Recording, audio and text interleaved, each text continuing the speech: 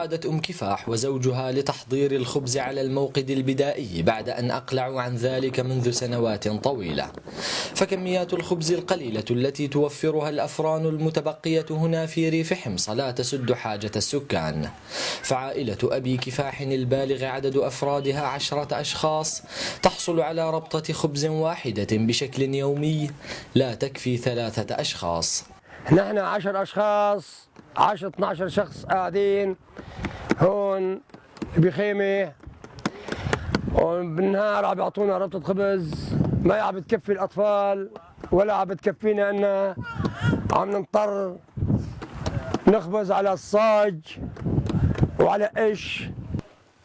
دفع استهداف قوات النظام الأفران وتدميرها ووقف إمدادات الطحين عن مناطق ريف حمص دفع بالمعارضة هنا إلى العمل الجاد للتغلب على هذه المشكلة، حيث عمدت إلى إنشاء لجنة الخبز التي تتلخص مهمتها في تأمين القمح من الفلاحين وتوفير الطحين للأفران بأسعار منخفضة، وذلك عن طريق إنشائها عددا من المطاحن.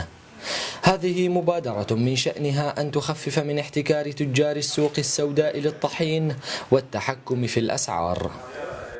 طبعا هي اللجنه مهامها هي تامين ماده القمح، شراء ماده القمح من الفلاحين. من المعروف انه نحن منطقه زراعيه، طحن هالقمح هذا بمطاحن خاصه، توزيعه على الافران، خبز هالطحين، ثم توزيع هالخبز على مراكز لتوزيعه على الناس. تعمل اللجنة من خلال المطاحن على توفير 3 أطنان من الطحين بشكل يومي وتبيعها للأفران بسعر منخفض يصل إلى نصف سعر التكلفة بدعم يصل إلى 70%، خطوة من شأنها أن تخفض من سعر ربطة الخبز المباعة للمدنيين.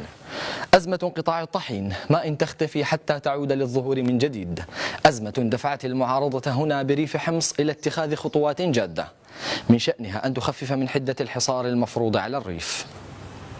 جلال سليمان، الجزيرة، ريف حمص الشمالي.